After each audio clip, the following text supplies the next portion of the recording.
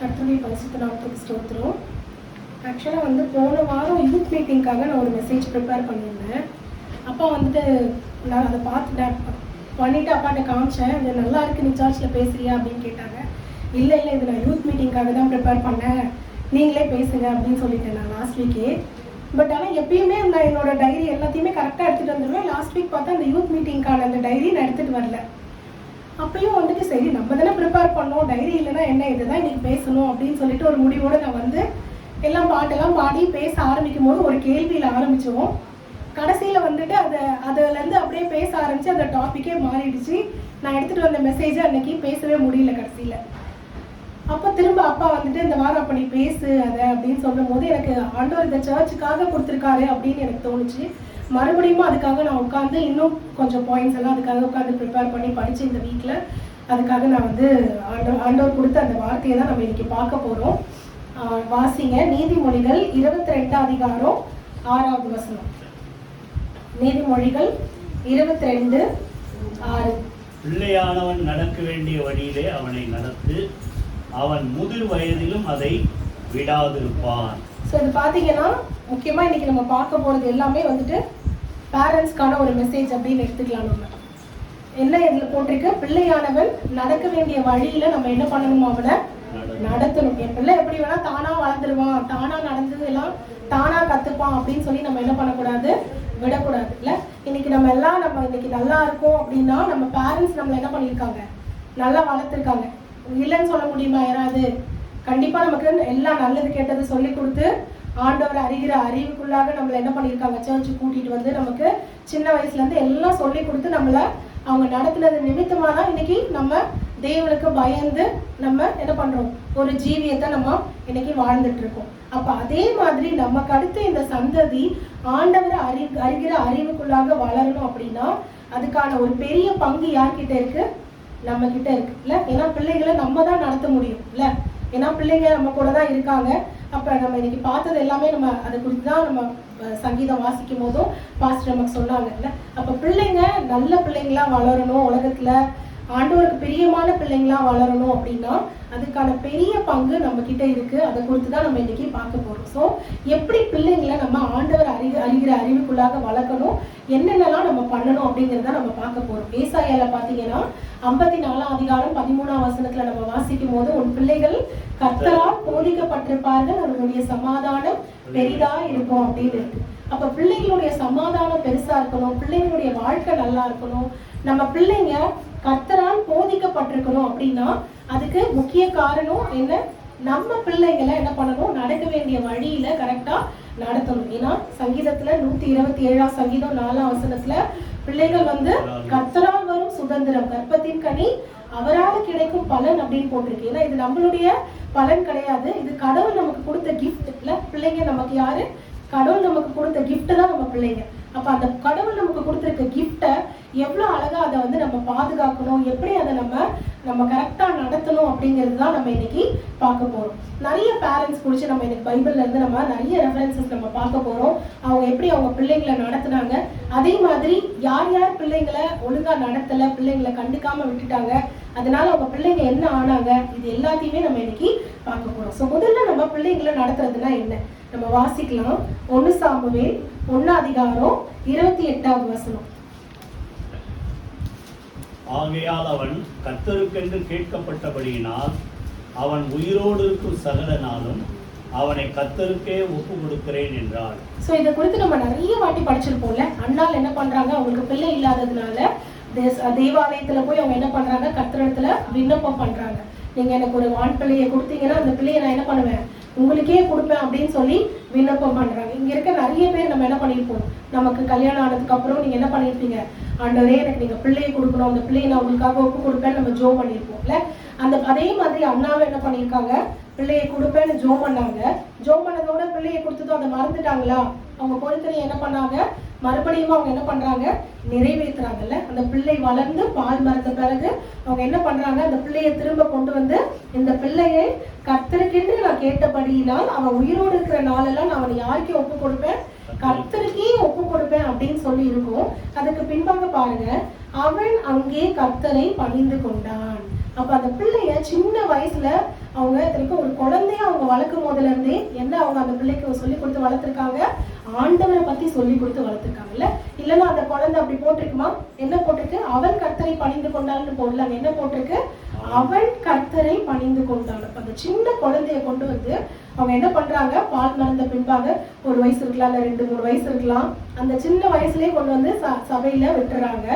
அவன் கர்த்தரை பணிந்து கொண்டான் அப்படின்னு இருக்கு. அப்ப அதுக்கு காரணம் யாரு, அந்த சின்ன வயதுல இருந்தே அந்த பிள்ளைய குழந்தையில இருந்தே வளர்க்கும் போதே தேவனை அறிகிற அறிவுக்குள்ளாக அவங்க என்ன பண்ணிருக்காங்க, அந்த பிள்ளைய வளர்த்திருக்காங்க. அப்ப நம்மகிட்டயும் ஆண்டவர் எதிர்பார்க்கறது என்ன, சின்ன வயசுல இருந்தே குழந்தையில இருந்தே அந்த பிள்ளைய நம்ம என்ன பண்ணணும், சர்ச்சுக்கு கொண்டு வரணும். இல்ல 8வது நாள்லயே இயேசுவானவர் பிறந்த உடனே எங்க கூட்டிட்டு போயிட்டாங்க, அவரை ஆலயத்துக்கு கொண்டு போயிட்டாங்க. அப்ப குழந்தை பிறந்து 8வது நாள் அந்த குழந்தை எங்க இருக்கணும், சபைக்கு நீங்க கொண்டு வந்து அந்த குழந்தை என்ன பண்ணணும், பிரதிஷ்டை பண்ணி தேவனுக்கு என்று அந்த குழந்தைய என்ன பண்ணணும், ஒப்பு கொடுக்கணும். நீங்க அதை குறித்து நீங்க இன்னும் வாசிக்கும் போது 1 சாமுவேலே 2 அதிகாரம் 18வது வசனம் 19ஆம் வசனத்தை நம்ம வாசிச்சோம் அப்படின்னா, சாமுவேல் என்னும் பிள்ளையாண்டான் சணநூல் ஏபோத்தை தரித்தவனாய் கர்த்தருக்கு முன்பாக பணிவிடை செய்தான். அப்ப சின்ன குழந்தையா இருக்கும் போது ஆண்டவருக்கு ஒப்பு கொடுத்து கொண்டாந்து ஆலயத்துல விட்டது நிமித்தம் பிள்ளையாய் வளரும் போது அவன் யாருக்கு பணிவிடை செய்யறான், ஆண்டவருக்கு பணிவிடை செய்யற ஒரு பிள்ளையா என்ன பண்றான்,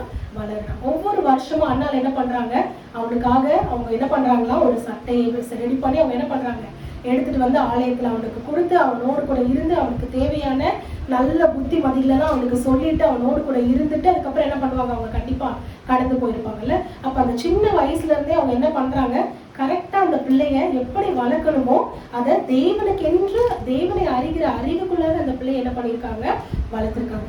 நீங்க அதிலே 1 சாமுவேல் 2 அதிகாரம் 26வது வசனத்தை நம்ம வாசிச்சோம் அப்படின்னா, சாமுவேல் என்னும் பிள்ளையாண்டானோ பெரியவனாக வளர்ந்து கர்த்தருக்கும் மனுஷருக்கும் பிரியமாய் நடந்து கொண்டான். இன்னைக்கு நமக்கு எல்லாருக்கும் ஆசை இருக்கும்ல, இப்ப எல்லாரும் நம்ம பிள்ளைய பார்த்து நல்ல பிள்ளைன்னு சொல்லணும்னு எல்லாருக்குமே ஆசை இருக்கும்ல. நம்ம சொந்தக்காரங்க யார் வந்தாலும்ப்பா இந்த பிள்ளையா இந்த பிள்ளை மாதிரி இருக்கணும்ப்பா அப்படின்னு ஒரு எக்ஸாம்பிளா நம்ம பிள்ளைங்க மத்தவங்க மத்தியில இருக்கணுங்கிறது நம்ம எல்லாருக்குமே என்னது, ஒரு ஆசை இல்ல. அப்ப அந்த ஆசை நிறைவேறணும்னா நம்ம என்ன பண்ணணும், முதலாவது அண்ணால் என்ன பண்ணாங்க, பிள்ளையை யாருக்கு ஒப்பு கொடுத்தாங்க, தேவனுக்கு ஒப்பு கொடுத்தாங்க. தேவனுடைய ஆலயத்துக்கு கூட்டிட்டு வந்தாங்க.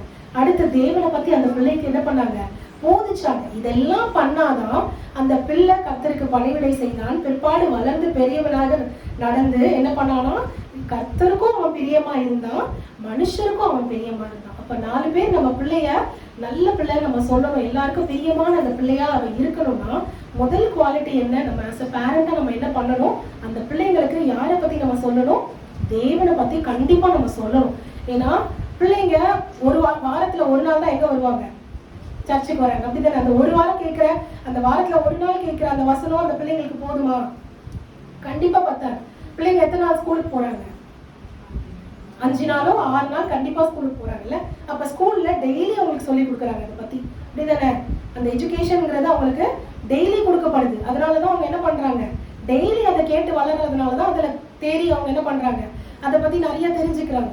ஆனா வாரத்துல ஒரு நாள் மட்டும் ஆண்டவரை பத்தி தெரிஞ்சுக்கிட்டா போதுமா, கண்டிப்பா பார்த்தாங்க. அப்ப டெய்லி கொஞ்ச நேரம் நீங்க என்ன பண்ணணும், உங்க பிள்ளைங்களுக்காக உங்களுடைய டைமை நீங்க ஸ்பெண்ட் பண்ணணும். ஏன்னா இது குறித்து கிட்டத்தட்ட ஒரு வாரமா ஆண்டவர் ரொம்ப எனக்கு உணர்த்தினதுனாலதான் இதை நான் இன்னைக்கு பேசும்படியா ஆண்டவர் வந்து தெரிந்து கொண்டதுனாலதான் இதை நான் இன்னைக்கு சொல்லிட்டு இருக்கேன்.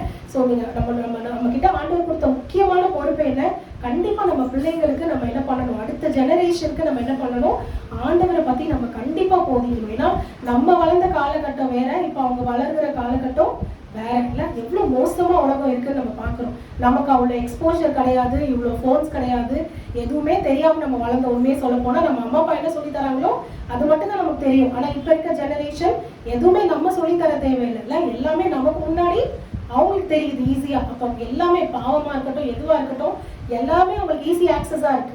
அப்ப அப்படி இருக்கும்போது அந்த பிள்ளைய நல்ல பிள்ளையா வளர்க்குற ஒரு பொறுப்பு நமக்கு கண்டிப்பா இருக்கு இல்ல. தேவ பிள்ளைகளுக்கு அந்த பொறுப்பு கண்டிப்பா இருக்கு. அப்ப அந்த பொறுப்பு கரெக்டா நம்ம நிறைவேற்றணும்னா அந்த பிள்ளைகளை நம்ம ஃபர்ஸ்ட் என்ன பண்ணணும், ஆண்டவருக்குள்ளாக நம்ம அண்ணால போல நம்ம வளர்க்கணும். கண்டிப்பா அப்படி வளர்த்தோம் அப்படின்னா கண்டிப்பா அந்த பிள்ளைங்க தேவனுக்குள்ளாக என்ன பண்ணுவாங்க, வளர்ந்து பிரியமா இருப்பாங்கல்ல. இயேசுவானவர் வளர்ந்து ஞானத்திலும் அறிவிலும் அவர் சிறந்தவரா இருந்தது மாத்திரம் இல்ல, தேவ கிருபையிலும் மனுஷர் தயவனும் அவர் வல்லவர் ஆனார்னு பாக்குறோம். அப்ப இங்க பாக்குறோம். அதே மாதிரி சாமுவேல் பாத்தீங்கன்னா கர்த்தருக்கும் மனுஷனுக்கும் பிரியமாய் நடந்து கொண்டான்னு பார்க்கணும். அப்ப எல்லாருக்கும் பிரியமா அவங்க நடக்கணும்னா பிள்ளைங்களை நம்ம என்ன பண்ணணும், தேவனுக்குள்ளாக நம்ம வளர்க்கணும். ஏன்னா மத்தேயுல 19 அதிகாரத்துல 13ல இருந்து நம்ம வாசிச்சோம் அப்படின்னா, சின்ன பிள்ளைங்களை தேவன்கிட்ட என்ன பண்றாங்க, கூட்டிட்டு வராங்க. அப்ப அவங்க சீஷர்கள் என்ன பண்றாங்க, தடை பண்றாங்கல்ல, பிள்ளைங்கன்னா சத்தம் போடும், அட்டகாசம் பண்ணும் அப்படின்னு என்ன பண்றாங்க, நீ கூட்டிட்டு வராதீங்க போதகர்கிட்ட அப்படின்னு சொல்லும்போது ஆண்டவர் என்ன சொல்றாரு, சிறு பிள்ளைகளை இடத்தில் வருவதற்கு என்ன பண்ணுங்க,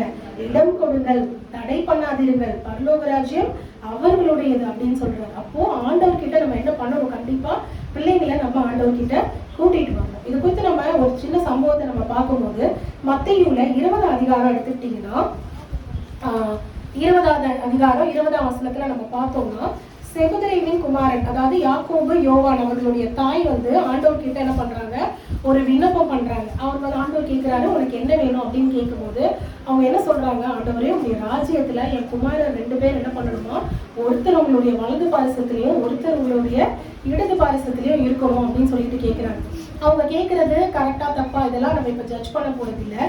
ஆண்டவர் சொல்றாரு, நான் குடிக்கிற பாத்திரத்துல நீங்க குடிக்க முடியுமா, என்னுடைய ஸ்தானத்தை நீங்க பெற முடியுமா அப்படின்னு ஆண்டவர் கேட்கிறாரு. கேட்டுட்டு அதுக்கப்புறம் அவங்களுக்கு சொல்றாரு, யார் பெரியவனா இருக்கணுமோ அவன் முதல்ல என்னவா இருக்கணும், ஊழியக்காரனா இருக்கணும் எல்லாருக்கும், அப்பதான் பெரியவனா இருக்க முடியும் அப்படின்னு நிறைய அட்வைஸ் அவங்களுக்கு பண்றாரு. பட் இருந்தாலும் அந்த தாயினுடைய ஒரு ஆசை என்னை ரொம்ப தொட்டுச்சு. அவங்களுக்கு என்ன ஆசை, வேற எந்த ஆசையும் இல்லை, அவங்களுக்கு என்ன ஆசை, ஆண்டவரோடு கூட என் லெஃப்ட்லயும் ரைட்லயும் என் பசங்க இருக்கணும் அப்படிங்கிறது ஒரு ஆசை இல்லை.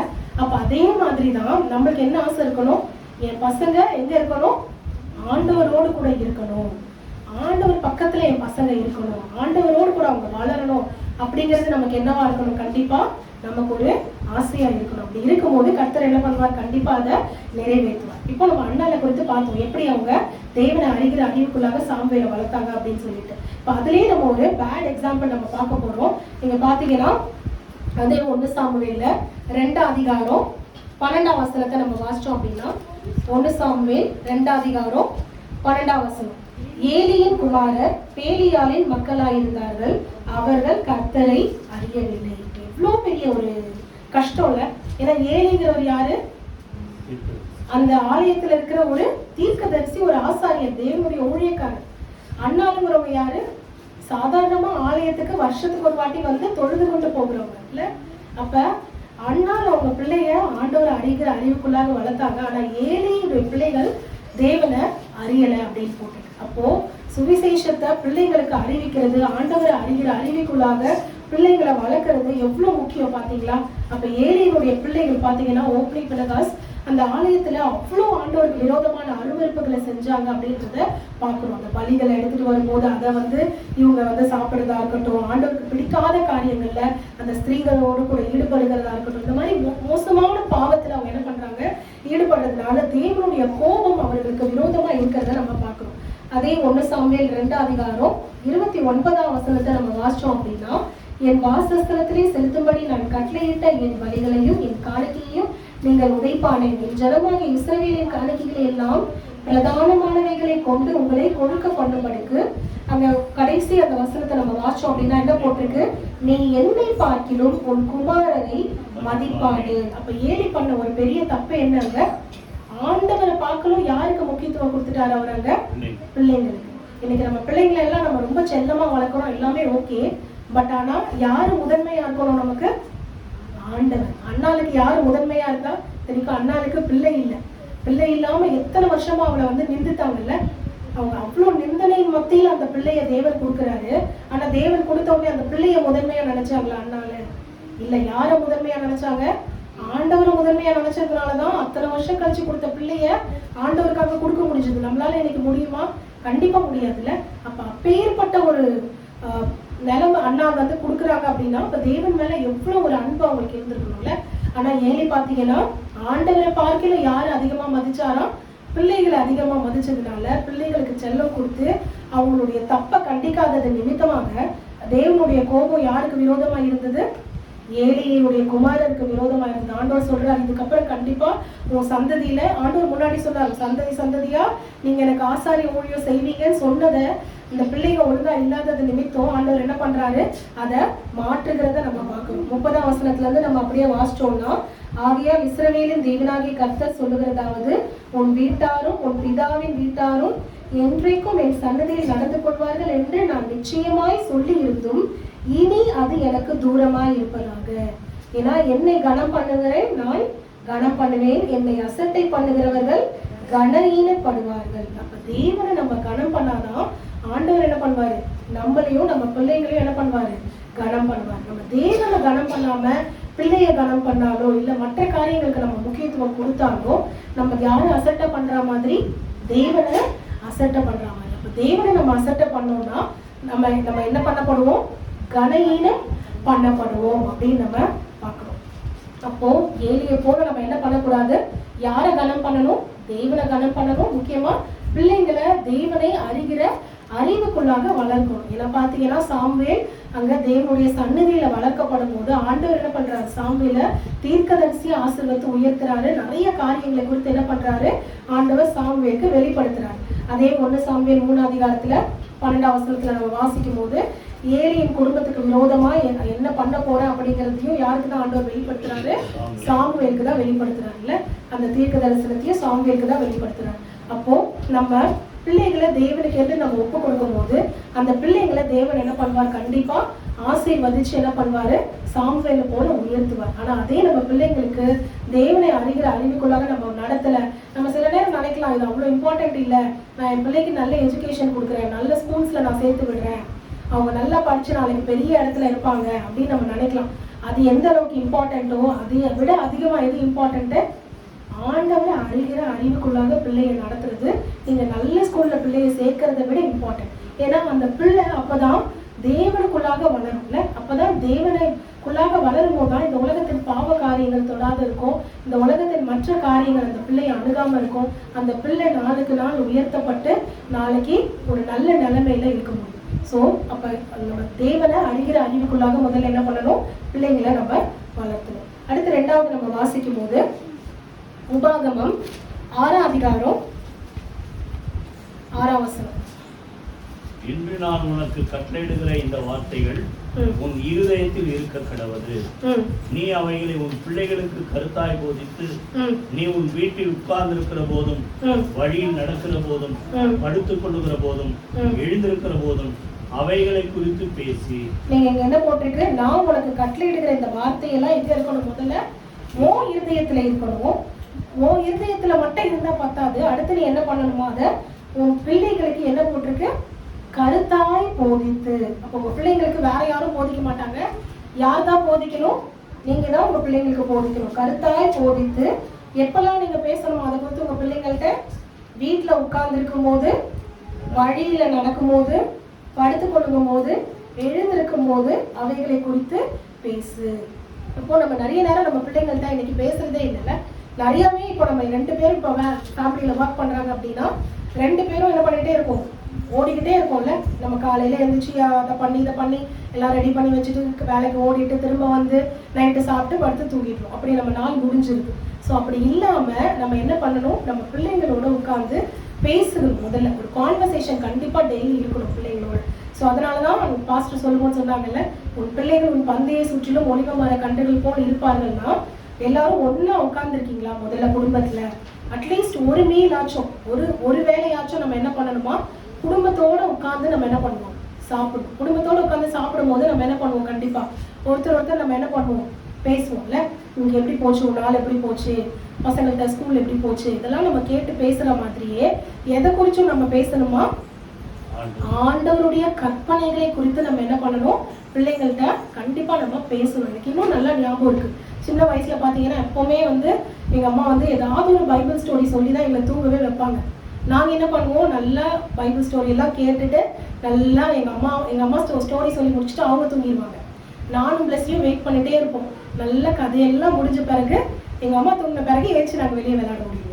அப்போ ஏதோ ஒண்ணு கண்டிப்பா அவங்களுக்குள்ள ஒண்ணு இருக்கு, என்ன, பிள்ளைங்களுக்கு நம்ம ஆண்டவரை பத்தி சொல்லணும். அதே மாதிரி எங்க அப்பாவுமே பாத்தீங்கன்னா நிறைய வாட்டி சர்ச்ல கேட்குற மெசேஜஸை வீட்டில் என்ன பண்ணுவாங்க, எங்கள் 2 பேரையும் உட்கார வச்சு சொல்லுவாங்க. அவங்க ஏதாவது கான்ஃபரன்ஸ் போனாலோ இல்லை வேற ஏதாவது ஒரு பெரிய பாஸ்டர் ஏதாவது ஒரு மெசேஜ் எங்களை விட்டுட்டு அவங்க தனியாக எங்கேயாவது போனாலும் வீட்டுக்கு வந்த உடனே இந்த மெசேஜ் இன்னைக்கு நான் கேட்டேன், இது ரொம்ப நல்லா இருந்துச்சு அப்படின்னு எங்கள் 2 பேரையும் உட்கார வச்சு அதை எங்களுக்கு என்ன பண்ணுவாங்க, அதை சொல்லுவாங்க. அப்போ நம்ம என்ன பண்ணணும், அந்த மாதிரி நம்ம பிள்ளைங்களுக்கு ஆண்டவரை பத்தி நம்ம சொல்லி நம்ம அவங்கள வளர்க்கணும் ஆண்டவருக்குள்ள. அப்பதான் அந்த பிள்ளைங்களுக்கு கண்டிப்பா அந்த ஆண்டவருக்குள்ள அந்த பிள்ளைங்க வளர முடியும்ல. அதை எப்பெல்லாம் சொல்றாங்க, நீங்க சும்மா எங்கேயாவது நடந்து போறீங்களா, அப்ப ஆண்டவரை குறித்து பேசுங்க. இல்ல வீட்டுல சும்மா உட்கார்ந்து இருக்கீங்களா, இல்ல படுத்து தூங்க வைக்கிறீங்களா, அந்த தூங்க வைக்கிற நேரம் அந்த பிள்ளைகிட்ட ஏதாவது ஒரு கதை சொல்றது பார்த்தீங்கன்னா பைபிள் ஸ்டோரிஸ் அந்த பிள்ளைங்களுக்கு சொல்லுங்க. ஆண்டவரை பத்தி சொல்லுங்க, கற்பனைகளை சொல்லுங்க. இப்படிலாம் இருக்கணும், இப்படிலாம் இருக்கக்கூடாது அப்படிங்கறத என்ன பண்ணுங்க, அந்த பிள்ளைங்களுக்கு நம்ம போதிக்கிறவங்களா நம்ம கண்டிப்பா இருக்கணும். ஏன்னா இதை குறிச்சு நம்ம வாசிச்சோம் அப்படின்னா நீதிமொழிகள் 4ஆம் அதிகாரம் எடுத்துக்கோங்க. நீதிமொழிகள் 4ஆம் அதிகாரம் 1வது வசனத்துல இருந்து நம்ம வாசிச்சோம்னா, பிள்ளைகளே நீங்கள் தகப்பன் போதகத்தை கேட்டு என்ன பண்ணுங்க, புத்தி அடையும்படி கவனிங்க, நான் உங்களுக்கு போதகத்தை தரேன். இதெல்லாம் சொல்லிட்டு 3ஆம் வசனத்துல பார்த்தோம்னா, நான் என் தகப்பனுக்கு பிரியமான குமாரனும் என் தாய்க்கு மிகவும் அருமையான ஒரே பிள்ளையுமானவன். நீதிமொழிகள் எழுதுறது யாரு? சாலமோன். சோ நம்ம எல்லாருக்கும் தெரியும். அப்ப சாலமோன் யாருடைய பிள்ளை? தாவீது ராஜாவுடைய பிள்ளை. இல்ல நீங்க 4ஆம் வசனத்தை வாசிச்சீங்கன்னா, நீதிமொழிகள் 4:4 வாசிச்சீங்கன்னா, அவர் எனக்கு போதித்து சொன்னது, உன் இருதயம் என் வார்த்தைகளை காத்துக்கொள்ள கடவுது, என் கட்டளையை கைக்கொள், அப்பொழுது பிழைப்பாய். என்னத்தை சம்பாதிக்கணும்? ஞானத்தை சம்பாதிக்கணும், புத்தியை சம்பாதிக்கணும். இதெல்லாம் மறக்காம, இதை விட்டு விலகாம இருக்கணும். அவ்வளோ அட்வைஸ் பண்றாங்கல்ல. யாரு? தாவீது ராஜா. தாவீது ராஜா குறித்து நம்ம நிறைய வாட்டி நம்ம கேள்விப்பட்டோம் இல்ல. அவ்வளோ யுத்தங்களுக்கு போய், அவ்வளோ போருக்கு போய் நடத்தின ஒரு ஆள் இல்ல. எவ்வளவு போருக்கு போனாரு, அவர் வாழ்க்கையில அவர் வீட்டுல எவ்வளவு நாள் இருந்திருப்பாருன்னே தெரியாது இல்ல. அப்படிப்பட்ட ராஜாக்கு அவருடைய பிள்ளைக்கு போதிக்க அவருக்கு டைம் இருந்ததா இல்லையா? இருந்திருக்குல்ல. இருந்ததுனாலதான் இங்க எழுதியிருக்காங்க, அவர் எனக்கு போதித்து சொன்னதுன்னு தானே இருக்கு. அப்போ சாலமோன் வந்து ஆண்டவருக்கு பலிகளை செலுத்தி ஆண்டவர் வந்து கேட்கிறாரு, உனக்கு என்ன வேணும்னு கேட்கும் போது சாலமோன் என்ன கேட்கிறாரு ஆண்டவர்கிட்ட? சொல்லுங்க. சாலமோன் ஆண்டவர்கிட்ட என்ன கேட்கிறாரு? ஞானத்தை கேட்கிறாருல்ல. அவர் ராஜ்யத்தை கேட்கல, அவர் வந்து ஆஸ்தியை கேட்கல, வேற எதையும் கேட்கல. என்ன கேட்கிறாரு? ஞானத்தை கேட்கிறாரு. அப்ப எப்படி வந்து சாலமோன் வந்து ஞானத்தை கேட்டாரு? அதுக்கு முன்னாடி தாவீது ராஜா என்ன பண்ணியிருக்காரு? சாலமோனுக்கு உபதேசிச்சிருக்காருல்ல. எது முக்கியம்னு. எது முக்கியம்? ஞானம் தான் முக்கியம், ஆண்டவர் அறிகிற அறிவு தான் முக்கியம், புத்தி தான் முக்கியம் அப்படிங்கறது என்ன பண்ணியிருக்காரு? அவர் போதிச்சிருக்காரு. அவர் போதிச்சதுதான் நம்ம இங்க அவர் நீதிமொழிகள் எழுதியிருக்கிறத நம்ம பாக்குறோம். அப்ப அவ்வளோ பிஸியா இருக்க ஒரு ராஜாக்கே அவருடைய பையனுக்கு போதிக்க நேரம் இருக்கு அப்படின்னா, இன்னைக்கு நமக்குலாம் கண்டிப்பா டைம் இருக்குமா இருக்காதா? கண்டிப்பா இருக்கும்ல. அப்ப இருக்கிற அந்த கொஞ்சம் டைம்ல நம்ம என்ன பண்ணணும், கண்டிப்பா நம்ம பிள்ளைங்களுக்கு எதை பத்தி போதிக்கணும், நம்ம ஆண்டவரை குறித்து நம்ம கண்டிப்பா நம்ம போதிக்கணும். ஏன்னா நம்ம சங்கீதத்துல ஒரு வசனத்தை வாசிச்சோம்னா, சங்கீதம் 78ஆம் அதிகாரம்,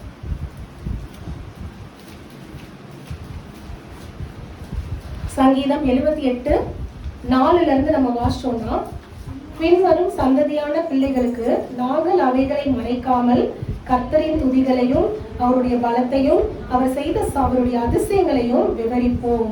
நம்ம என்ன பண்ணணும்? பின்வரும் சந்ததிக்கு அவர் நமக்கு என்னெல்லாம் செஞ்சிருக்காரோ அதெல்லாத்தையும் என்ன பண்ணணுமா? விவரித்து நம்ம சொல்லணும். அவர் யாக்கோபிலே சாட்சியா ஏற்படுத்தி இஸ்ரவேலிலே வேதத்தை ஸ்தாபித்து அவைகளை தங்கள் பிள்ளைகளுக்கு அறிவிக்கும்படி நம்மளுடைய பிதாக்களுக்கு கட்டளையிட்டார். அவர் என்ன கட்டளை கொடுத்திருக்காரு? பிள்ளைக்கு இதெல்லாத்தையும் நீ என்ன பண்ணணும்? கண்டிப்பா சொல்லணும் அப்படின்னு கட்டளையிட்டு இருக்காரு.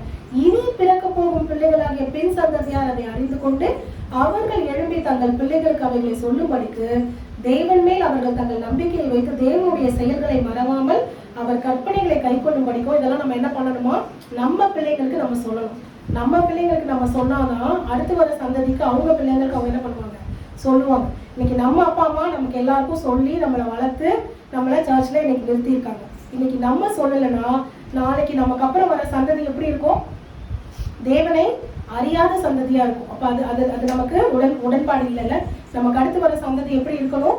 தேவனை அறிகிற ஒரு சந்ததியா, தேவனுக்கு பிரியமான ஒரு சந்ததியா இருக்கும். நம்ம இன்னைக்கு எல்லாம் ஜோம் பண்றோம்ல, நீங்க வந்து 1000 தலைமுறைக்கு இறக்கம் செய்கிற தேவன் சொல்லிருக்கீங்க, சந்ததிக்கு நீங்க இறக்கம் செய்யணும், இதெல்லாம் நம்ம ஜோம் பண்றோம். அப்ப நம்மளுடைய சந்ததி தேவனை அறிகிற சந்ததியா இருக்கணும் அப்படின்னா நம்ம முதல்ல என்ன பண்ணணும்? நம்ம பிள்ளைங்களுக்கு ஆண்டவரை பத்தி சொல்லணும். ஆண்டவர் நம்ம வாழ்க்கையில என்னெல்லாம் செஞ்சிருக்காரு, எவ்வளவு செஞ்சிருக்காருல நம்ம வாழ்க்கையில. இன்னைக்கு நம்ம எல்லாம் ஒரு நல்ல நிலைமையில நம்ம இருக்கோம் அப்படின்னா ஆண்டவர் நமக்கு அதெல்லாம் செஞ்ச ஒரு நன்மைகள், அதெல்லாம் நம்ம யாருக்கு சொல்லணும்? நம்ம பிள்ளைங்களுக்கு அதெல்லாம் சொல்லும் போதுதான் அவங்களுக்கு ஆண்டவர் மேல என்ன வரும்? ஒரு விசுவாசம் வரும். ஏதாவது வேணும்னா எங்க அப்பா முதல்ல எங்க அப்பா இன்னைக்கு என்னன்னா ஜோம் பண்ணு அப்படின்னு சொல்லுவாங்க. அப்ப நம்ம என்ன பண்ணணும் முதல்ல? அப்பதான் அந்த பிள்ளைங்களுக்கு என்ன என்ன என்ன தோணும்? ஏதாவது வேணும்னா அப்பா அம்மாட்ட கேட்கணும் அப்படிங்கறத தாண்டி அவங்களுக்கு என்ன தோணணும்? ஏதாவது நமக்கு வேணும்னா யார்கிட்ட கேட்கணும்னு தோணணும்? ஆண்டவர்கிட்ட கேட்கணும்ன்றது எப்படி தோணும் பிள்ளைங்களுக்கு? கேட்க கேட்க நீங்க எல்லாத்தையும் நீங்களே கொடுத்துட்டீங்கன்னா அந்த பிள்ளைங்களுக்கு என்னதான் தோணும்? அம்மா அப்பாட்ட கேட்டா போதும். அப்ப அம்மா அப்பா எத்தனை வருஷம் கூட இருப்பாங்கன்றது சொல்ல முடியாதுல்ல. எதுவுமே நிரந்தரம் இல்லை இந்த உலகத்துல. இன்னைக்கு நம்ம இருப்போம், நாளைக்கு நம்ம இருப்போமான்னு தெரியாது. இப்ப நம்ம இல்லைனாலும் நம்ம பிள்ளைங்க நல்லா இருக்கணும்னா அப்ப ஏதாவது வேணும்னா அந்த பிள்ளை யாரை நோக்கி பார்க்கணுன்றதை நம்ம கத்துக் கொடுக்கணும். ஆண்டவரை நோக்கி பார்க்கணும் அப்படிங்கறத நம்ம என்ன பண்ணணும்? அந்த பிள்ளைங்களுக்கு கத்துக் கொடுக்கணும். அப்படி கத்துக் கொடுத்தாதான் அந்த பிள்ளைங்க என்ன பண்ண முடியும்? ஆண்டவரை அறிந்து அவருடைய செயல்களை பத்தி அவங்க விவரமா அவங்க அறிஞ்சிக்க முடியும்ல. நீங்க நீதிமொழிகள் ஃபுல்லா நம்ம வாசிச்சாலும் இதுதான் இருக்கும். 2ஆம் அதிகாரம் அதே மாதிரி நீதிமொழிகள் 2ஆம் அதிகாரம் முதல் வசனத்தை வாசிச்சீங்கன்னா, என் மகனே உன் செவியை ஞானத்திற்கு சாய்த்து உன் இருதயத்தை புத்திக்கு அமைய பண்ணும் பொருட்டு இதெல்லாம் நீ ஏற்றுக்கொள்ளு அப்படின்னு சொல்லி நம்ம பார்க்கிறோம். அதே மாதிரி 1ஆம் அதிகாரம் 8ஆம் வசனத்தை நம்ம வாசிச்சோம் அப்படின்னா, தகப்பனுடைய புத்தியை கேள், தாயின் போதகத்தை தள்ளாதே. அப்போ நம்ம தேவனை அறிகிற அறிவுக்குள்ளாக அந்த பிள்ளைங்களை என்ன பண்ணணும்? புத்திமதி சொல்லி நம்ம அந்த பிள்ளைங்களுக்கு போதிச்சு வளர்க்கணும். முதல்ல ஃபர்ஸ்ட் என்ன பார்த்தோம்? தேவனை அறிகிற அறிவுக்குள்ளாக அந்த பிள்ளைங்களை வளர்க்கணும். 2வது அந்த பிள்ளைங்களை நம்ம ஆண்டவர் பத்தி சொல்லி வளர்க்கணும். ஆண்டவர் நமக்கு செஞ்ச நன்மைகளா இருக்கட்டும், நம்ம ரட்சிக்கப்பட்டதா இருக்கட்டும், இல்ல ஆண்டவருடைய எப்படிலாம் நடத்தி வந்திருக்காரு, இது எல்லாத்தையும் அந்த பிள்ளைங்களுக்கு நம்ம சொல்லி வளர்க்கணும். அப்படி வளர்க்கலன்னா என்ன ஆகும் அப்படிங்கிறது தான் நம்ம 2வது பார்க்க போறோம்.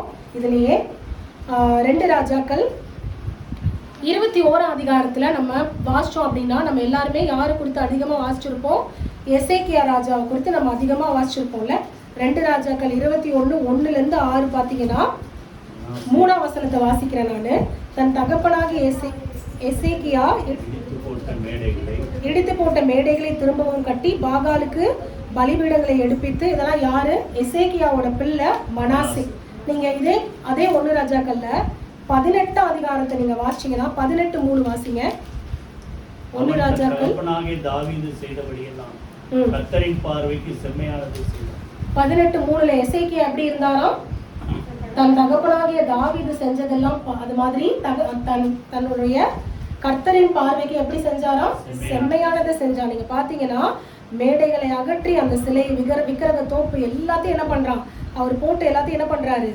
அவர் எல்லாத்தையும் நொறுக்கி போடுகிறத நம்ம பார்க்கிறோம். 5ஆம் வசனத்துல வாசிச்சோம் அப்படின்னா, அவன் இஸ்ரவேலின் தேவனாகிய கர்த்தரின் மேல் வைத்த நம்பிக்கையிலே அவனுக்கு பின்னும் அவனுக்கு முன்னும் இருந்த யூதாவின் ராஜாக்களில் எல்லாம் அவனை போல் ஒருவனும் இருந்ததில்லை. எவ்வளவு பெரிய வார்த்தைல! யூதாவுடைய ராஜாவிலே அவனுக்கு முன்னாடியும் யாரும் இல்லை, அவனுக்கு பின்னாடியும் யாரும் இல்லை. எதுல? தேவன் மேல வச்ச நம்பிக்கையில. ஆனா அவனுடைய பிள்ளை இவன் எல்லா பாகால் தோப்பு விக்கிரகம் எல்லாத்தையும் என்ன பண்றான்? நொறுக்கி போடுறான். 18:3. அதே 21:3 அதிகாரம் கழிச்சு 21:3 நம்ம என்ன பண்றோம்? மனாசே ராஜாவாகும் போது 3ஆம் வசனத்துல என்ன வாசிக்கிறோம்? தன் தகப்பனாகிய எசேக்கியா இடித்து போட்டதெல்லாம் இவன் என்ன பண்றான்? திரும்பவும் கட்டுறான். பாகாலுக்கு பலிபீடத்தை உண்டு பண்றான், விக்கிரக தோப்பை உண்டு பண்றான், எல்லா அநியாய அக்கிரமத்தையும் பண்றான். அப்ப தகப்பன் தேவன் அவ்வளவு புகழப்படுகிற ஒரு ராஜாவா இருந்திருக்காரு இல்ல. ஆனா அவருடைய பிள்ளை அவன் என்னெல்லாம் அருவருத்து தேவனுக்கு விரோதமா இருக்குன்னு பண்ண அதெல்லாத்தையும் உடைச்சு போட்டானோ அது எல்லாத்தையும் இவன் திரும்பி கட்டுற ஒரு பிள்ளையா இருக்கான். அப்போ நம்ம மட்டும் ஆண்டவருக்கு பிரியமாய் நடந்தா போதாது. அதுதான் இந்த வசனம் உணர்த்துதுல. நம்ம மட்டும் தேவனுக்கு பிரியமா நான் ஆண்டவருக்கு பிரியமா இருக்கேன், நான் ஆண்டவருடைய பார்வைக்கு செம்மையா இருக்கேன், நான் ஆண்டவர் மேல நம்பிக்கை வச்சிருக்கேன், அது போதுமா? அது போதாது. நமக்கு அடுத்து நம்மளுடைய பிள்ளைங்களும் நம்மளை போல இருக்கணும்னா அப்ப அந்த பிள்ளைங்களுக்கு நம்ம என்ன பண்ணணும்? கண்டிப்பா நம்ம ஆண்டவரை குறித்து என்ன பண்ணணும்? சொல்லணும். அப்ப விக்கிரகாரங்களே தப்பு. ஏன்னா இன்னைக்கு அந்த பிள்ளைங்க உங்ககிட்ட இருந்து கத்துக்கலன்னா நாளைக்கு வெளியே இருந்து அவங்க என்ன பண்ணுவாங்க? அந்த பழக்க வழக்கங்களுக்குள்ள அவங்க போவாங்க. ஏன்னா அவங்களுடைய ஃப்ரெண்ட்ஸ் எல்லாம் இந்த உலகத்துலதான் இருக்காங்க. அப்ப அவங்க செய்யறதெல்லாம் இவங்களும் என்ன பண்ணுவாங்க? செய்வாங்க. அப்ப இவங்களுக்கு அந்த நல்லது கெட்டது தெரியுமா? கண்டிப்பா அவங்களுக்கு அதை எடுத்து சொல்லுகிறது நம்ம தான் எடுத்து சொல்ல முடியும்ல. அப்போ நம்ம எதெல்லாம் வேண்டாம்னு வெறுத்து நம்ம வந்தோமோ அதுக்குள்ளாக நம்ம பிள்ளைங்க போனதை நம்மளால கடைசி காலத்துல பார்க்க முடியுமா? யோசிச்சு பாருங்க, எவ்வளவு கஷ்டமா இருக்கும்ல அது. அப்போ அதெல்லாம் நடக்கக்கூடாது அப்படின்னா நம்ம என்ன பண்ணணும்? நம்ம எப்படி ஒரு தாவீது ராஜா எப்படி சாலமோனுக்கு போதிச்சாரோ அதே மாதிரி நம்ம என்ன பண்ணணும்? நம்மளுடைய பிள்ளைங்களுக்கு ஆண்டவர் அறிகிற அறிவை நம்ம என்ன பண்ணணும், அவங்களுக்கு போதிக்கணும். ஆண்டவருடைய கற்பனைகளை எது முக்கியம், தேவனுடைய வேதத்தை நம்ம என்ன பண்ணணும், பிள்ளைங்களுக்கு நம்ம போதிக்கிறவர்களாய் நம்ம இருக்கணும். அப்படி இல்லாட்டினா கண்டிப்பா அந்த எசேக்கியா ராஜாவுடைய பிள்ளை எப்படி மனாசே இருந்தாரோ அதே மாதிரி தான் இருக்கும்ல. நீங்க நீதிமொழிகள் ஒரு வசனம் வாசிச்சீங்கன்னா, நீதிமொழிகள் 29ஆம் அதிகாரம் 17வது வசனம். உன் மகனை சிக்ஷை செய், அவன் உனக்கு ஆறுதல் செய்வான். ஸோ மகனை என்ன பண்ணணும், நம்ம கண்டிப்பா சிக்ஷை செய்யணும். ஏன்னா தேவனுமே எப்படி யாரை நேசிக்கிறாரோ அவங்களுக்கு தான் தேவன் என்ன பண்றாரு, சிக்ஷையை கொடுக்குறாருல. தகப்பனப்ப நேசிக்கிற பிள்ளையை சிக்ஷிப்பான் அப்படின்னு போட்டிருக்கு. அப்ப நம்ம என்ன பண்ணணும், பிள்ளைங்களை நம்ம சிக்ஷை செஞ்சு நம்ம என்ன பண்ணணும், வளர்க்கணும். அதே மாதிரி நீதிமொழிகள் 13ஆம் அதிகாரம் 24வது வசனத்தை நம்ம வாசிச்சோம்னா என்ன போட்டிருக்கு, பிரம்பை கையாடாதவன் தன் மகனை பகைக்கிறான். இன்னைக்கு எல்லாம் நம்ம சொல்றோம் ஜென்டில் பேரண்டிங் அப்படின்னு வந்துருச்சு. என்னது, பிள்ளைங்களை அடிக்கக்கூடாது, திட்டக்கூடாது, எதுவுமே பண்ணக்கூடாது. அதான் என்னது ஜென்டில் பேரண்டிங் அப்படின்னு சொல்றோம், டேக் பண்றோம். ஆனா நம்மளை நம்ம அம்மா அப்பா எப்படி வளர்த்தாங்க, அடிச்சுதான் வளர்த்தாங்கல்ல. என்னையெல்லாம் அவ்வளோ அடிச்சிருப்பாங்க. என்னையெல்லாம் எதுக்கு, சும்மா படிக்காம விளையாட போறதுக்கு. அப்போ எங்க அப்பா பாத்தீங்கன்னா மோஸ்ட்லி அடிக்கவே மாட்டாங்க, ஒரு பெரம்பு வாங்கி வச்சிருப்பாங்க. ஆனா எனக்கும் பிளஸிக்கும் அதை பார்த்தாலே பயமா இருக்கும். இது வரைக்கும் ஒரு நாள் கூட அந்த பெரம்புல அடிச்சது இல்லை. ஆனா அந்த பெரம்பால அடிச்சிருவேன் அப்படின்னு சொல்லி பயமுறுத்தியே என்ன பண்றாங்க. அப்போ நம்ம கண்டிப்பா என்ன பண்ணணும், நம்ம பிள்ளைங்களுக்கு நான் அடிக்கணும் அப்படின்னு சொல்லலை, பட் ஆனா பிள்ளைங்களை நடக்க வேண்டிய வழியில நடத்துறது நம்மளுடைய கடமையா இருக்குல்ல. அப்போ கண்டிப்பா நம்ம பிள்ளைங்களை என்ன பண்ணணும், சிக்ஷித்து நம்ம அந்த பிள்ளைங்களை நடத்தணும். அதே 19ஆம் அதிகாரம் நீதிமொழிகள்ல 18ஆம் வசனம் நம்ம வாசிச்சோம் அப்படின்னா, நம்பிக்கை இருக்க மட்டும் உன் மகனை சிக்ஷை செய் அப்படின்னு போட்டுருக்குல்ல. அப்போ பிள்ளை தப்பு பண்ணுது அப்படின்னா பிள்ளை திருந்திரும் அப்படிங்கிற உனக்கு நம்பிக்கை இருக்க வரைக்கும் நீ என்ன பண்ணக்கூடாது, அந்த பிள்ளைய விடாம என்ன பண்ணணும், அந்த பிள்ளைய சிக்ஷை செய்து அந்த பிள்ளைய தேவனுக்குள்ளாக நம்ம என்ன பண்ணணும், கண்டிப்பா நடத்துறவங்களாய் நம்ம இருக்கணும். அதே மாதிரி நீதிமொழிகள் 22:15 வாசிச்சோம்னா, பிள்ளையினுடைய நெஞ்சில என்ன ஒட்டி இருக்குமா, மதியினம் ஒட்டி இருக்கும், அதை தண்டனையின் பிரம்பு அவனை விட்டு அகற்றும் அப்படின்னு போட்டிருக்கு. ஸோ இதெல்லாம் வந்து பிள்ளைங்க இப்ப எல்லாம் என்னை பார்த்து இதெல்லாம் சொல்லிட்டீங்க, இப்ப எங்க அம்மா அப்பா எங்களை அடிக்க போறாங்க அப்படின்னு என்னை முறைக்காதீங்க. பிள்ளைங்களை அடிக்கணும்னு சொல்லலை, ஆனா பிள்ளைங்களுக்கு என்ன பண்ணணும், நம்ம கண்டிப்பா ஆண்டவரை பத்தி சொல்லணும், ஆண்டவருடைய வார்த்தையை நம்ம சொல்லி சிக்ஷித்து அந்த பிள்ளைங்களை கடிந்து கொண்டு என்ன பண்ணணும், கண்டிப்பா வளர்த்தணும். அடுத்து 3வது நம்ம பார்க்க போறது யோபு. எடுத்துக்கோங்க, 1ஆம் அதிகாரம் 5ஆம் வசனம். யோபு 1:5. விருந்து செய்கிற அவரவருடைய நாள்முறை முடிகிற போது யோபு, ஒருவேளை என் குமாரர் பாவம் செய்து தேவனை தங்கள் இருதயத்திலே தூஷித்திருப்பார்கள் என்று சொல்லி அவர்களை அழைத்தனுப்பி பரிசுத்தப்படுத்தி அதிகாலையிலே எழுந்து அவர்கள் எல்லாருடைய லக்கத்தின்படியையும் சர்வாங்க தகன பலிகளை செலுத்துவான். இந்த பிரகாரமாக யோபு அந்நாட்களில் எல்லாம் செய்து வருவான். ஸோ யோபுவோட பிள்ளைங்க பாவம் செஞ்சாங்க, நீங்க போடல இல்ல, பாவம் செஞ்சிருவாங்களோ, ஒருவேளை செஞ்சிருப்பாங்களோ, தெரியாம தேவனை அவங்க தூஷிச்சிருப்பாங்களோ அப்படின்னு என்ன பண்றாரா யோபு அவங்க பிள்ளைங்களுக்காக ஜோம் பண்றத பார்க்கணும். அப்போ நம்ம கண்டிப்பா நம்ம பிள்ளைங்களுக்காக என்ன பண்ணணும், ஜோம் பண்ணணும். டெய்லி இப்போ வரைக்கும் வந்து பாத்தீங்கன்னா எங்க அம்மா அப்பா எங்க 2 பேருக்கும் டெய்லி காலையில ஜோம் பண்ணுவாங்க. நான் இப்போ இங்க இருக்கிறதுனால எனக்கு காலையில எழுந்தோடனே எங்க அப்பா தலை மேல கை வச்சு ஜோம் பண்ணுவாரு, எங்க அம்மாவும் எனக்கு ஜோம் பண்ணி தான் வெளியே அனுப்புவாங்க. பிளஸ்ஸி இங்க இல்லை கிட்டத்தட்ட அவ போய் 4-5 வருஷம் ஆயிடுச்சா. ஆனா ஒரு நாள் கூட அவளுக்கு வீடியோ கால்ல இது வரைக்கும் ஜோம் பண்ணாம இருந்ததே இல்லை. எல்லா நாளும் வீடியோ கால் பண்ணி அவளுக்கு என்ன பண்ணுவாங்க, கண்டிப்பா ஜோம் பண்ணுவாங்க. அவளுக்கும் காலையில அவ்வளோ வேலை இருக்கும், ஏன்னா அவளுக்கு காலையிலே வந்துட்டு கால் இருக்கும், ஆஃபீஸ் கால். அதனால அவள் காலையிலே இருந்துச்சு எல்லாத்தையும் செஞ்சு வச்சுட்டு ஆஃபீஸ் கால் மத்தியிலே ஒரு நாளும் அவன் என்ன பண்ண மாட்டான், கால் எடுக்காம இருக்க மாட்டான். எல்லா நாளும் கால் பண்ணி என்ன பண்ணிப்பா, அப்பாட்ட ஜோம் பண்ணிப்பா. அப்புறம் நம்மளும் அதே மாதிரி பிள்ளைங்களுக்காக என்ன பண்ணுவோம், டெய்லி ஜோம் பண்ணும். ஸோ இது வரைக்கும் நம்ம பண்ணல அப்படின்னா அந்த பழக்கத்தை கொண்டு வாங்க. பிள்ளைங்க காலையில எந்திரிச்சோடனே அவங்க தூங்கிட்டு இருந்தா கூட பரவாயில்ல, அவங்க தலைமையில கை வச்சு அந்த பிள்ளைங்களுக்காக ஒரு 5 நிமிஷம் என்ன பண்ணுங்க, கண்டிப்பா அந்த பிள்ளைங்களுக்காக ஜோம் பண்ணுங்க. ஏன்னா அந்த பிள்ளைங்களை தேவன் பாதுகாத்து கொள்ளணும், அந்த பிள்ளைங்களை நல்லா படிக்க தேவன் உதவி செய்யணும், ஆண்டவர் கொள்ளாத காரியங்கள்ல இருந்து அந்த பிள்ளைங்களை விலக்கி காத்துக்கொள்ளணும். இது எல்லாத்துக்காகவும் யாரோட ஜெபம் தான் ரொம்ப முக்கியம், உங்களோட ஜெபம் தான். உங்க பிள்ளைங்களுக்காக நீங்க என்ன பண்ணணும், கண்டிப்பா ஜெபம் பண்ணணும். ஏன்னா பிள்ளைங்களுக்காக நம்ம ஜெபிக்கிற எல்லா ஜெபத்தையும் ஆண்டவர் என்ன பண்ணுவாரு, கண்டிப்பா கேட்பார். நீங்க இந்த குறித்து நம்ம வாசிக்கும் போது ஆதியாகமத்துல 17ஆம் அதிகாரம் நம்ம எடுத்துக்கிட்டோம் அப்படின்னா ஆதியாகமம் 17 அதில் 18. இதில் பார்த்தீங்கன்னா ஆண்டவர் வந்து ஆபிரகாம்கிட்ட சொல்றாரு, நான் என்ன பண்ணுவேன், உன் சந்ததியை வானத்து நட்சத்திரத்தை போல கடற்கரை மணலை போல நான் என்ன பண்ணுவேன், பெருகு பண்ணுவேன் அப்படின்னு சொல்லும் போது ஆபிரகாம் சொல்றாரு, நான் 100 வயசு ஆனா எனக்கு பிள்ளை பிறக்குமா, 90 வயசு ஆயிருக்கிற சாராளுக்கு பிள்ளை பிறக்குமா? அப்ப நீங்க யார் உங்களுக்கு முன்பாக பிழைக்கட்டும், இஸ்மவேல் உங்களுக்கு முன்பாக பிழைக்கட்டும் அப்படின்னு சொல்லி ஆண்டவர் ஆபிரகாம் யாருக்காக விண்ணப்பம் பண்றாரு? இஸ்மவேலுக்காக ஆண்டவர்கிட்ட விண்ணப்பம் பண்றாருல. அப்ப இஸ்மவேல் உங்களுக்கு முன்பாக நல்லா இருக்கட்டும், இஸ்மவேல் என்ன பண்ணுங்க, ஆசீர்வதிங்க அப்படின்னு சொல்லி ஆபிரகாம் இஸ்மவேலுக்காக ஜெபம் பண்றதை நம்ம பார்க்கிறோம். அதே மாதிரி நம்ம யாருக்காக டெய்லி ஜெபம் பண்ணணும்? நம்ம பிள்ளைங்க நல்லா இருக்கணும், நம்ம பிள்ளைங்க நல்லா வளரணும் அப்படிங்கிறதுக்காக நம்ம என்ன பண்ணணுமா, டெய்லி நம்ம ஆண்டவர் சமூகத்துல நம்ம அதுக்காக நம்ம கண்ணீர் விட்டு நம்ம ஜெபம் பண்றவங்களா இருக்கணும். நீங்க அதே மாதிரி மத்தேயுல நமக்கு எல்லாம் தெரியும், 15ஆம் அதிகாரம் 22ஆம் வசனத்துல இருந்து 28ஆவது வசனம் வரைக்கும் வாசிச்சோம்னா கானானிய ஸ்திரியை குறித்து நம்ம அநேக தடவை நம்ம சர்ச்சில் பார்த்துருக்கோம்ல. கானானிய ஸ்திரீ என்னாச்சு, அவங்களுடைய மகளுக்கு பிசாசினால் கொடிய வேதனை படுகிறான்னு சொல்லி ஆண்டவர்கிட்ட வராங்க இல்ல. அப்ப ஆண்டவர் சொல்றாரு, என்ன சொல்றாரு, நான் வந்துட்டு யாருக்காக தான் வந்தேன், இஸ்ரவேலுக்காக தான் நான் வந்தேன் அப்படின்னு சொல்லும் போது அவங்க என் பிள்ளையை நீங்க சுகமாக்கணும்னு சொல்லி என்ன பண்றாங்க, மறுபடியும் ஆண்டவர்கிட்ட என்ன பண்றாங்க, மன உருக்கத்தோடு கேட்கும்போது ஆண்டவர் சொல்றாரு, பிள்ளையின் அப்பத்தை எடுத்து யாருக்கு போட முடியாது, நாய்க்குட்டிகளுக்கு போட முடியாது அப்படின்னு சொல்லும் போது கூட அவங்க என்ன சொல்றாங்க, ஆனாலும் மேஜையில இருந்து கீழே சிந்துற துணிக்கைகள் நாய்க்குட்டிகள் வந்து சாப்பிடுமே, அப்ப என் பிள்ளைக்கு அந்த துணிக்கையாவது எனக்கு கிடைக்கட்டும் என் பிள்ளைக்கு அப்படின்னு சொல்லி என்ன பண்றாங்க, அவங்க பிள்ளைக்காக ஆண்டவர்கிட்ட போராடி ஜெபம் பண்றாங்கல்ல, அவங்க பிள்ளைகளுடைய சுகத்துக்காக. இன்னைக்கும் நம்ம எல்லாரும் இது கண்டிப்பா நம்ம பண்ணுவோம்ல, நம்ம பிள்ளைகளுக்கு ஏதாவதுனா கண்டிப்பா நம்ம என்ன பண்ணுவோம், ஆண்டவர் பாதத்தை விடாம நம்ம என்ன பண்ணுவோம், பிள்ளைக்கு சுகம் தாங்க சரியாயிடணும் அப்படின்னு நம்ம என்ன பண்றோம், விடாம நம்ம ஜெபம் பண்றோம். ஸோ அந்த சுகத்துக்காக மாத்திரம் இல்லை, நம்ம பிள்ளை நல்லா வளரணும், நம்ம பிள்ளைகள் ஆசீர்வதிக்கப்படணும் அப்படிங்கிறதுக்காகவும் நம்ம என்ன பண்ணணுமா, கண்டிப்பா பிள்ளைக்காக நம்ம என்ன பண்ணணும், ஜெபம் பண்ணணும். அதே மாதிரி பிள்ளைகளை தேவன் பாதுகாத்து கொள்ளணும்னு நம்ம என்ன பண்ணணும், ஒவ்வொரு நாளும் பிள்ளைகளுக்காக நம்ம ஜெபம் பண்ணணும். ஏன்னா மத்தேயுல நம்ம வாசிக்கும் போது 18ஆம் அதிகாரம் 10ஆம் வசனம் நம்ம வாசிச்சோம் அப்படின்னா, மத்தேயு 18, இந்த சிறியரில் ஒருவனையும் அற்பமா எண்ணாதபடிக்கு எச்சரிக்கையாயிருங்கள், அவர்களுக்குரிய தேவ தூதர்கள் பரலோகத்திலே என் பரமபிதாவின் சமூகத்தை எப்பொழுதும் தரிசிக்கிறார்கள் என்று உங்களுக்கு சொல்லுகிறேன்.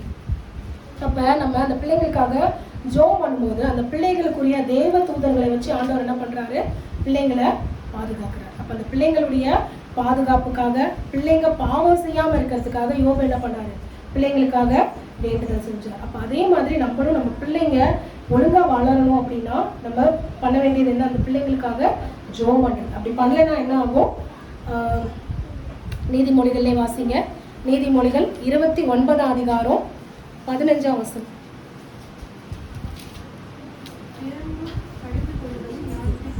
பிரம்பும் கடிந்து கொள்ளுதலும் ஞானத்தை கொடுக்கும், தன் இஷ்டத்துக்கு விடப்பட்ட பிள்ளையோ தன் தாய்க்கு வெட்கத்தை உண்டு பண்ணுவான். அப்ப பிள்ளைய கடிந்து கொள்ளாம இல்ல பிள்ளைக்காக ஜெபம் பண்ணாம நம்ம விட்டுட்டோம், எப்படியோ போட்டோம், நான் சொல்லி பார்த்துட்டேன் கேட்கல, நம்ம ஊர்ல சொல்லுவாங்கல்ல, என்ன சொல்லுவாங்க, பிள்ளைய தண்ணி தெளிச்சு விட்டுட்டேன் அப்படின்வாங்க. இதனால சொல் வந்துச்சுன்னு தெரியல. அப்படின்னா என்ன அர்த்தம், தண்ணி தெளிச்சு விட்டுட்டேன்னா எங்கேயோ கெட்டு போட்டும் நான் விட்டுட்டேன் அப்படின்னுதான் அர்த்தம் இல்ல.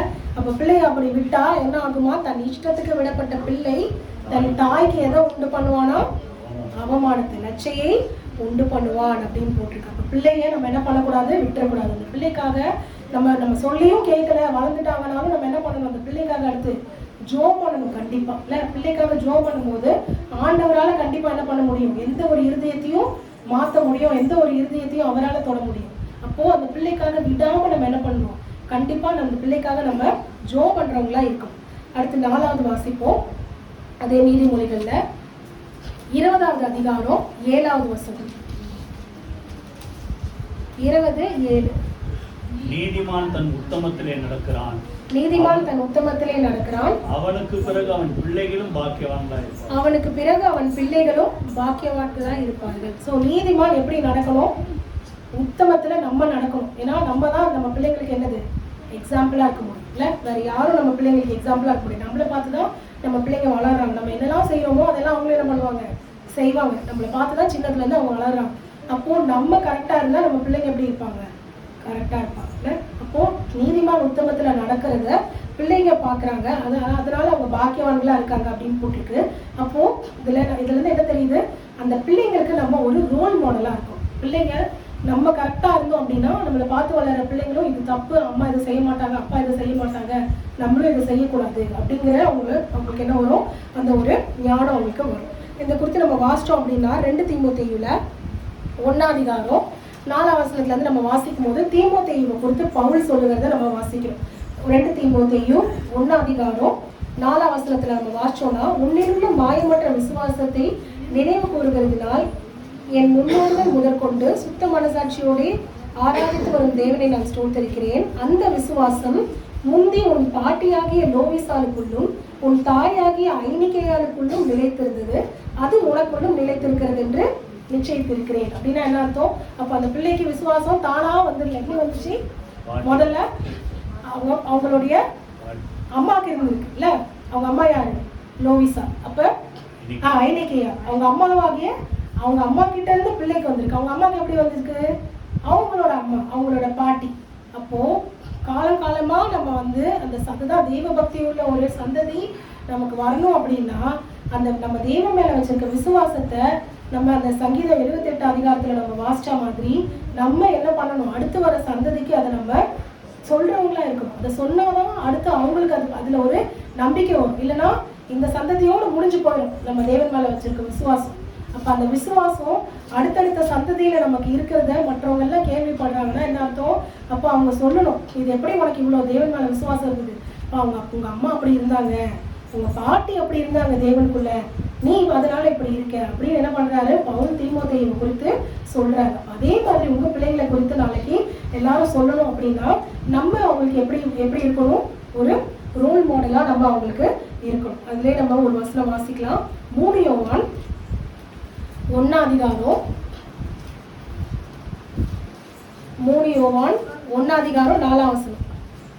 என் பிள்ளைகள் சத்தியத்திலே நடக்கிறார்கள் என்று நான் கேள்விப்படுகிற சந்தோஷத்திலும் அதிகமான சந்தோஷம் எனக்கு இல்லை.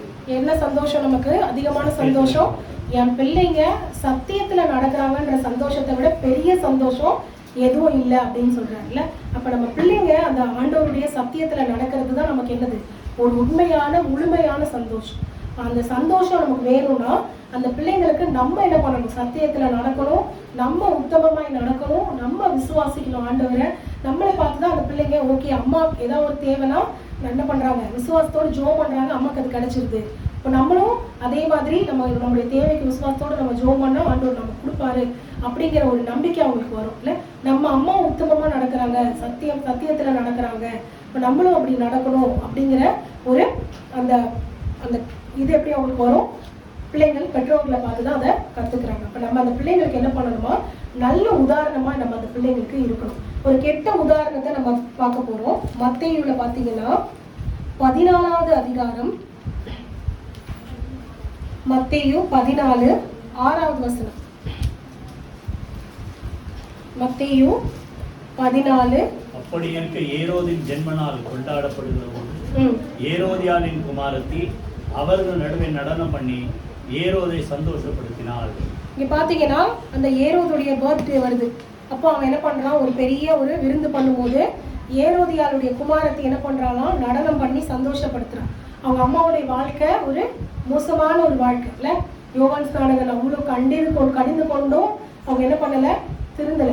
ஆனா பதிலுக்கு அவங்க என்ன பண்றாங்க, என்னையே நீ சொல்றியா அப்படின்னு சொல்லி அந்த யோவான் ஸ்நானகனை எப்படியாவது என்ன பண்ணிடணும், பழி வாங்கணும் அப்படிங்கிறத யாரை வச்சு பழி வாங்குறாங்க, அவங்களுடைய பிள்ளைய வச்சு பழி வாங்குறாங்கல்ல. அப்ப ஏரோது வந்து கேட்கிறாரு, உனக்கு என்ன வேணும், என்ன கேட்டாலும் நான் தரேன் அப்படின்னா அந்த தாய் என்ன சொல்றாங்க, என்ன கேட்க சொல்றாங்க, தாயினால் ஏவப்பட்டபடியே யோவான் ஸ்நானனுடைய தலையை இங்கே ஒரு தாளத்திலே எனக்கு தாருங்கள். சின்ன பிள்ளை என்ன கேட்க சொல்றாங்க, அம்மா யோவான் ஸ்நானகனுடைய தலையை கேளு அப்படின்னு சொல்றாங்க. எதனால? அவங்களுடைய வாழ்க்கை சரியில்லை. அதை யார் சுட்டி காட்டுனது? தேவனுடைய தீர்க்கதரிசி யோவான் ஸ்நானகன் சுட்டி காட்டுனது நிமித்தம் நீ என்ன பண்ணு, யோவான் ஸ்நானகனுடைய தலையை கேளு அப்படின்னு சொல்றாங்க. அப்ப எவ்வளவு பெரிய ஒரு மோசமான ஒரு எக்ஸாம்பிளா அவங்க இருந்திருக்காங்கல்ல அவங்க பிள்ளைக்கு. இது ஒரு சாதாரண விஷயமா நம்ம படிச்சுட்டு போயிடலாம். ஆனா பைபிள்ல போட்டிருக்கு, யோவானை பார்க்கிலும் பெரிய தீர்க்கதரிசி அவனுக்கு முன்பாகவும் இல்லை அவனுக்கு பின்பாகவும் இல்லைன்னு யார் சொல்றா? ஆண்டவர் சொல்றாருல, இயேசு கிறிஸ்து சொல்றதை நம்ம பார்க்கிறோம். அப்ப அப்பேற்பட்ட ஒரு தீர்க்கதரிசியினுடைய ரத்தத்தை சிந்தினாங்க. அந்த பழி யார் மேல வரும்? அந்த பிள்ளை மேல வரும்ல. அப்ப அப்பேற்பட்ட ஒரு ரத்த பழிய அந்த பிள்ளையின் மேல கொண்டு வர்றதுக்கு யாரே காரணமாயிட்டாங்க? அந்த தாயே காரணமாயிட்டாங்கல்ல. அப்ப எவ்வளவு ஒரு பேட் எக்ஸாம்பிள்ல அவங்களுடைய சந்ததியே அதனால என்ன பண்ணிருப்போம்? கண்டிப்பா அந்த பழியினால அவங்க கஷ்டப்பட்டுருக்கணும். அப்போ இது எல்லாத்தையும் ஆண்டவர் ஒரு நாள் என்ன பண்ணுவாரு? நியாயம் கேட்பாரு அவர். அப்போ நம்ம பிள்ளைங்களுக்கு நம்ம எப்படி இருக்கணுமா? நல்ல முன் உதாரணமா நம்ம இருக்கணும். எப்படி இருக்கக்கூடாது? கெட்ட முன் உதாரணமா நம்ம பிள்ளைங்களுக்கு நம்ம இருக்கக்கூடாது. ஒரே ஒரு காரியத்தை மட்டும் நம்ம சுருக்கமா பார்த்து முடிச்சிடலாம். 5வது, நம்ம ஆண்டவருடைய உடன்படிக்கையை காக்கிற ஒரு சந்ததியா நம்ம இருக்கணும். அதுதான் கடைசியா நம்ம பார்க்க போறோம்.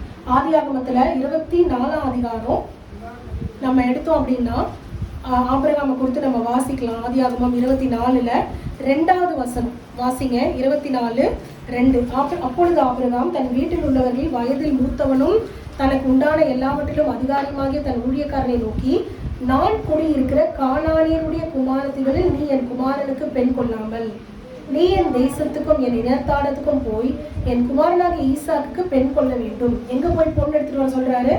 அந்த கானான் தேசத்துல எவ்வளவோ பொண்ணு இருந்திருக்கும்ல. ஆனா அவர் என்ன சொல்றாரு? இங்க இருந்து நீ என் குமாரனுக்கு என்ன பண்ணக்கூடாது? பெண் கொள்ளக்கூடாது. நீ எங்க போய் தான் கூட்டிட்டு வரணும்?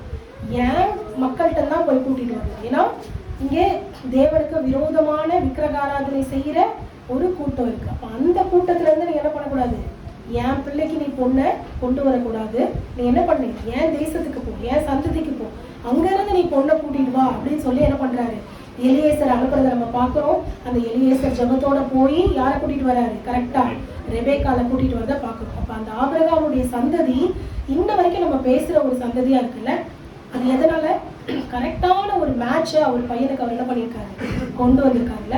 அப்ப அந்த உடன்படிக்கையை நம்ம அந்நிய ஜனத்தோட அந்த உடன்படிக்கையை நம்ம என்ன பண்ணக்கூடாது? நம்ம மேற்கொள்ளக்கூடாது. இது குறித்து பவுல் சொல்றதை நம்ம வாசிக்கலாம். 2 கொரிந்தியர் 6ஆம் அதிகாரம் 14வது வசனம். 2 கொரிந்தியர் அந்நிய நுகத்திலே அவிசுவாசிகளுடன் பிணைக்கப்படாதிருப்பீர்களாக. அப்போ ஒரு மேரேஜ்லயோ இல்ல ஒரு பார்ட்னர்ஷிப்லயோ யார் கூட நம்ம பிணைக்கப்படக்கூடாது? அவிசுவாசிகளை கூட நம்ம என்ன பண்ணக்கூடாது? பிணைக்கப்படக்கூடாது. நீதிக்கும் அநீதிக்கும் சம்பந்தம் ஏது? ஒளிக்கும் இருளுக்கும் ஐக்கியம் ஏது? கிறிஸ்துவுக்கும் பேரியாளுக்கும் இசை ஏது? அவிசுவாசிகளுடனே விசுவாசிக்கு பங்கு ஏது? இன்னைக்கு பாத்தீங்கன்னா நிறைய இடத்துல எல்லாமே வந்து பிள்ளைங்களை நல்லா வளர்க்குறாங்க, எல்லாம் ஓகே. நாளைக்கு பிள்ளைங்க வந்து வேலைக்கு போய் ஒரு பொசிஷன்ல செட் ஆனதுக்கு அப்புறமா பார்த்தீங்கன்னா பிள்ளைங்க வந்து வேலை நிமித்தமாகவும் இல்லை மற்ற காரியத்து நிமித்தமாகவும் வேலை ஸ்தலத்தில் அவங்க யாரையாவது ஒருத்தரை மீட் பண்ணி அவங்க லவ் பண்ணும்போது என்ன பண்ணிடுறாங்க? இந்த பேரண்ட்ஸ் காம்ப்ரமைஸில் என்ன பண்ணிடுறாங்க? பிள்ளை முக்கியம் அப்படின்னு என்ன பண்ணிடுறாங்க? பிள்ளைக்காக விட்டு கொடுத்து என்ன பண்ணிடுறாங்க? அதுக்கு அக்செப்ட் பண்ணிக்கிறாங்க. ஆனால் அப்படி அக்செப்ட் பண்ணுற மேரேஜஸ் கண்டிப்பாக அவங்க ஒரு கல்யாணத்துக்காக அவங்க மாறி அவங்க வரவங்க கண்டிப்பாக ஆண்டவருக்குள்ள நிலைச்சிருப்பாங்களா அப்படின்னு கேட்டால் கண்டிப்பாக கிடையாது. எத்தனை நாள் அவங்களால நிலைத்திருக்க முடியும்?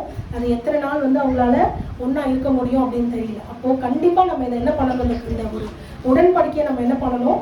காத்துக்கொள்ளணும். அப்போ தேவனுடைய பிள்ளைகள் யாரோட தான் நம்ம ஐக்கியம் வச்சுக்கணும்? ஆண்டவருடைய பிள்ளைங்களோட தான் நம்மளுடைய ஐக்கியம் இருக்கணும்.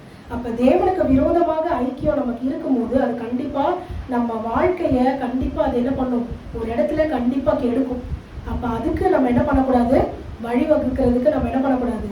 நம்ம ஞானமாய் நம்ம இருக்கிறத நம்ம பார்க்கணும். ஏன்னா இதுல இருந்து ஒரு எக்ஸாம்பிள் நம்ம பார்க்க போறோம். நீங்க அதே ஆதியாகமத்துல பாத்தீங்கன்னா ஆபிரகாம் இப்படி அவருடைய பிள்ளைக்கு அவருடைய தேசத்துல இருந்து போய் பொண்ணு எடுக்கிறதுக்கு எலியேசர் அனுப்புறாரு. ஆனா ஆபிரகாம்ல இருந்து பிரிஞ்சு போனவர் தான் யாரு? அவருடைய சகோதரருடைய குமாரன் யாரு? லோத்து. அவர் என்ன பண்றாரு?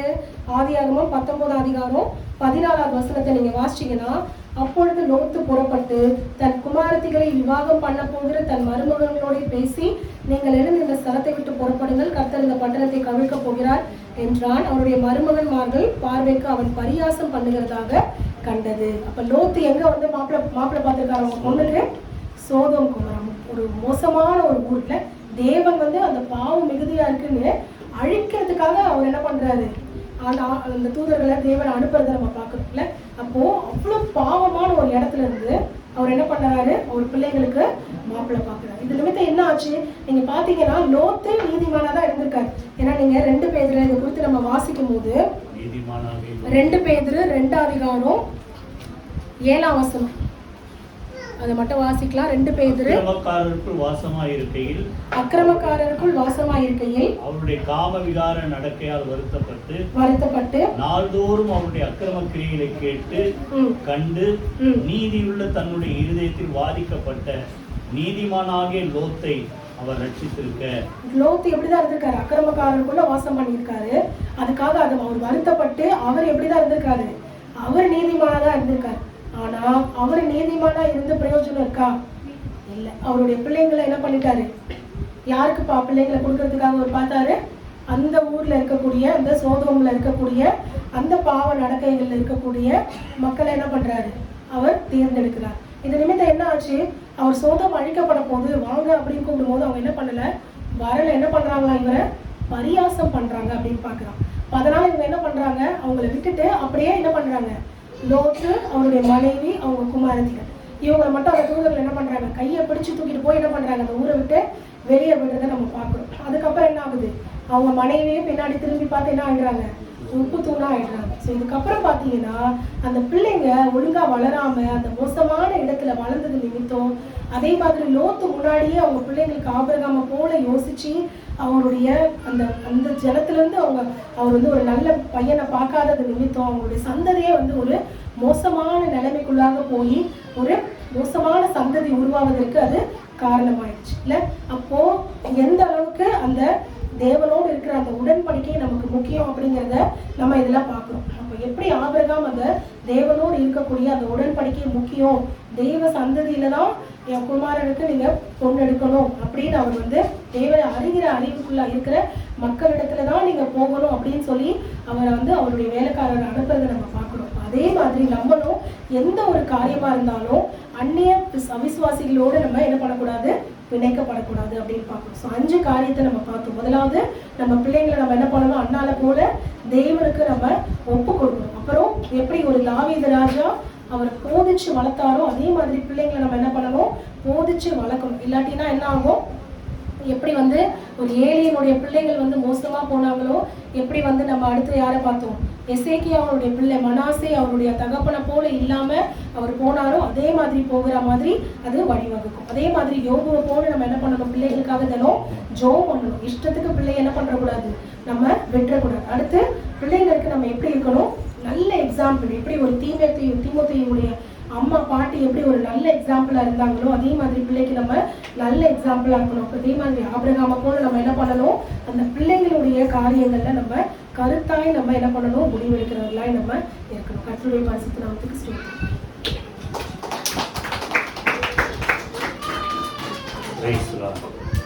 எழுந்துங்கள், கர்த்தரை ஸ்தோத்திரம் பண்ணுவோமா? ஹல்லேலூயா. எல்லாருக்கும் பிரயோஜனமா இருந்ததா? சொல்லுங்க. ஹல்லேலூயா. அது மாத்திரம் இல்ல, இந்த சொன்ன பாயிண்டை இப்ப கேட்கறது இல்ல, நீங்க அதைப்படி செய்யணும்.